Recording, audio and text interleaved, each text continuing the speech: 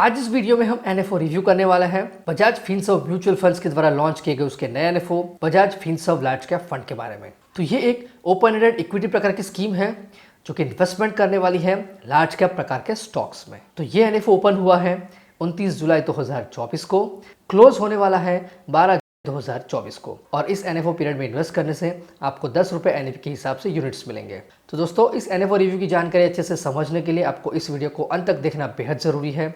अगर अभी तक आपने चैनल को सब्सक्राइब नहीं किया है तो जल्द से जल्द चैनल को सब्सक्राइब करें और बेल आइकन प्रेस करना बिल्कुल ना भूलें। तो ये शुरू करते हैं।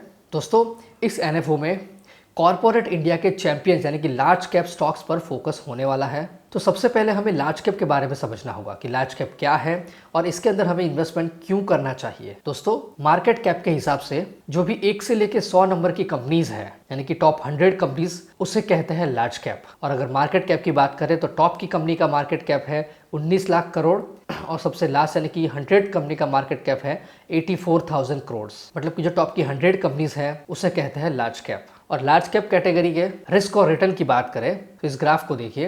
रिस्क और पोटेंशियल रिटर्न की पोजीशन में लार्ज कैप फंड्स का नंबर है सबसे पहला, उसके बाद में बाकी सारे फंड्स आते हैं। और इसका मतलब ये है कि लार्ज कैप कैटेगरी का फंड का रिस्क भी कम है और रिटर्न भी कम है, बाकी अलग सारे फंड्स है। अब हमें समझना है कि लार्ज कैप को कॉर्पोरेट इंडिया के चैंपियंस क्यों कहते हैं और इन चैंपियंस का भारत के ग्रोथ में क्या कंट्रीब्यूशन है। तो इस ग्राफ को देखिए। इस ग्राफ में आप देख सकते हैं कि market cap to nominal GDP में लार्ज कैप का कंट्रीब्यूशन है 94%, बाकी अदर कंपनी का कंट्रीब्यूशन है 6%। रेवेन्यू टू नॉमिनल जीडीपी में लार्ज कैप का कंट्रीब्यूशन है 32%, जबकि बाकी कंपनी का है 68%।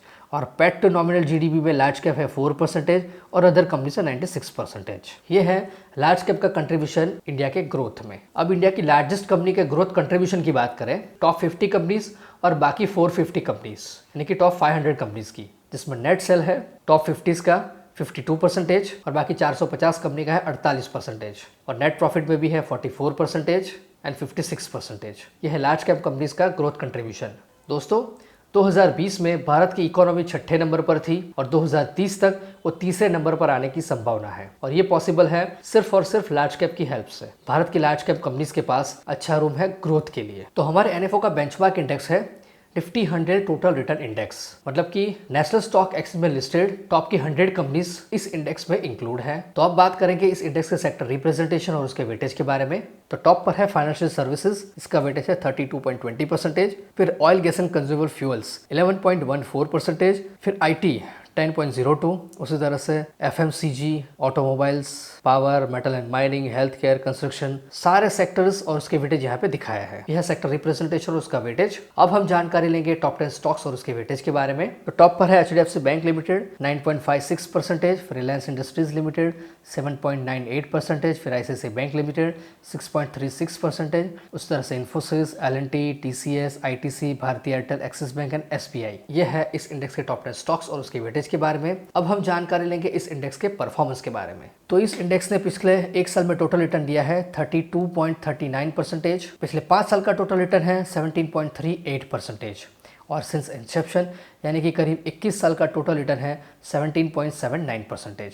तो अगर आप भी इस एनएफओ में इस स्कीम में इन्वेस्ट करेंगे तो कुछ इसी प्रकार का रिटर्न मिलने की पूरी संभावना है। अब हम एक जानकारी लेंगे निफ्टी 100 की हिस्टोरिकल परफॉर्मेंस के बारे में। तो इस ग्राफ को देखिए। दोस्तों, अगर किसी इन्वेस्टर ने जनवरी 2000 में निफ्टी 100 में अगर 1 करोड़ रुपए इन्वेस्ट किए हैं तो 30 जून 2024 को उसकी वैल्यू होगी 33.83 करोड़, यानी कि ग्रोथ हुआ है 33 गुना। तो इतना ग्रोथ पोटेंशियल है लार्ज कैप का और इतना ग्रोथ हुआ है लार्ज कैप इंडेक्स का। ये तो हो गई ग्रोथ की बात। अब हम जानकारी लेंगे फ्लक्चुएटिंग मार्केट में लार्ज कैप की स्टेबिलिटी के बारे में। तो इस ग्राफ को देखिए। इस ग्राफ के अंदर आप देख सकते हैं कि यहाँ पर small cap, mid cap and large cap की कंपैरिजन की गई है अलग अलग फ्लक्चुएशन मार्केट के सिचुएशन में। जैसे कि फॉलिंग मार्केट सिचुएशन थी दिसंबर 2007 से 2008 तक। इसमें स्मॉल कैप का रिटर्न था -69.7%, मिड कैप का रिटर्न था -58.6%, जबकि लार्ज कैप का रिटर्न था -55%। उसके बाद में दिसंबर 10 से दिसंबर 13 के बीच में फ्लैट मार्केट में स्मॉल कैप का रिटर्न था -19.6%, मिड कैप का था -12%,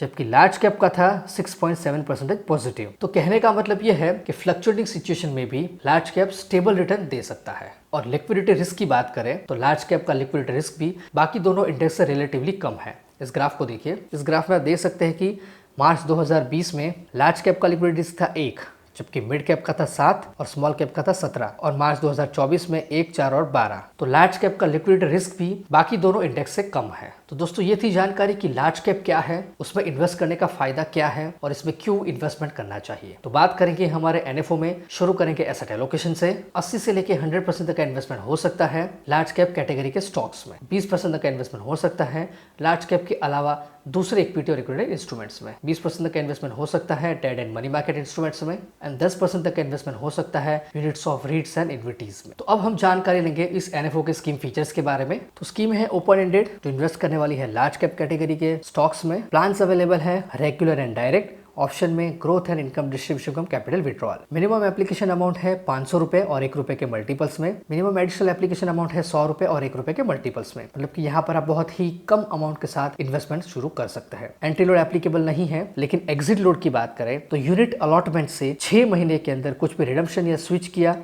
तो 1% का एग्जिट लोड एप्लीकेबल है और 6 महीने के बाद कुछ भी रिडम्पशन स्विच करने पर कोई भी एग्जिट लोड एप्लीकेबल नहीं है। इस एनएफओ के फंड मैनेजर हैं mister Nimesh Chandan and mister Saurabh Gupta, जो संभालेंगे इक्विटी का पोर्शन और मिस्टर सिद्धार्थ चौधरी संभालेंगे डेट का पोर्शन। इस एनएफओ का बेंचमार्क इंडेक्स है निफ्टी 100 टोटल रिटर्न इंडेक्स और इस एनएफओ में एसआईपी, एसडब्ल्यूपी, एसटीपी सारी फैसिलिटीज अवेलेबल है और स्टैम्प ड्यूटी भी 0.005% एप्लीकेबल है। एक्सपेंस रेशियो की बात करें तो इस एनएफओ का रेगुलर प्लान का एक्सपेंस रेशियो रहेगा 2.25% तक। जैसे जैसे इस स्कीम का AUM बढ़ता जाएगा एक्सपेंस रेशियो कम होता जाएगा। स्कीम का रिस्क है वेरी हाई, तो आपको कम से कम 5 साल से ज्यादा टाइम पीरियड के इन्वेस्टमेंट के लिए स्कीम सूटेबल है। स्कीम का टैक्सेशन रहेगा इक्विटी और स्कीम में कोई भी लॉक इन पीरियड एप्लीकेबल नहीं है। अगर आप स्कीम में इन्वेस्टमेंट करना चाहते हैं तो फंड्स बाजार के जरिए आप इस एनएफओ में इन्वेस्टमेंट कर सकते हैं।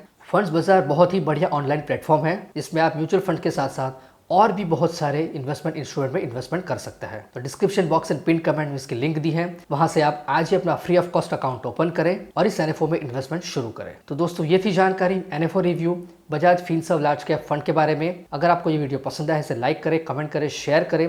तो दोस्तों अगर अभी तक आपने चैनल को सब्सक्राइब नहीं किया है तो जल्द से जल्द चैनल को सब्सक्राइब करें और बेल आइकन प्रेस करना बिल्कुल ना भूलें। Mutual fund investments are subject to market risks. Read all scheme related documents carefully.